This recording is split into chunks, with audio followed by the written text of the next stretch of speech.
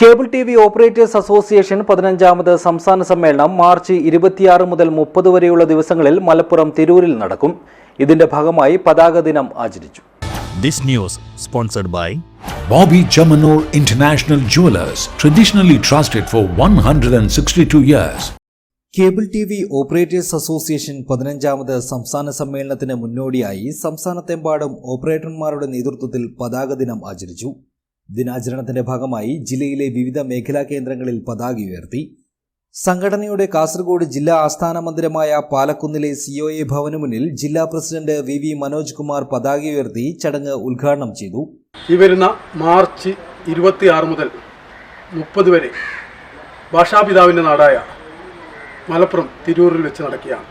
26-ാം തീയതി വൈകുന്നേരം 4 മണിക്ക് കേരള വിഷൻ സംവാദം, ഭാവി കേരളം, മാധ്യമങ്ങളുടെ പങ്കും നിലപാടും എന്ന വിഷയത്തെക്കുറിച്ച് 24 ന്യൂസിൻ്റെ ശ്രീകണ്ഠൻ നായർ, അതുപോലെ മീഡിയ വൺ ചാനലിൻ്റെ പ്രമോദ് നായർ, അതുപോലെ മലയാള സർവകലാശാല പ്രൊഫസർ ഡോക്ടർ അനിൽകുമാർ എന്നിവർ പങ്കെടുക്കുന്നു.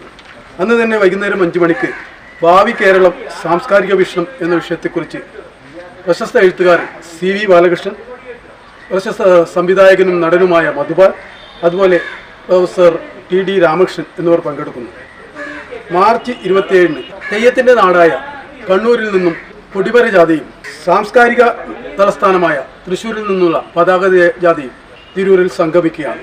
മാർച്ച് 28-ാം തീയതി തിരൂർ നഗരം ഇതുവരെ കണ്ടിട്ടില്ലാത്ത രീതിയിലുള്ള സാംസ്കാരിക ഘോഷയാത്ര, കേരളത്തിൻ്റെ തനത് കലകൾ ഉൾക്കൊള്ളിച്ചുകൊണ്ടുള്ള സാംസ്കാരിക ഘോഷയാത്രയിൽ പൊതുയോഗത്തിൽ കേരളത്തിലെ പ്രമുഖരായ സാംസ്കാരിക പ്രവർത്തകർ, MLA-മാർ, മന്ത്രിമാർ പങ്കെടുക്കുന്നു.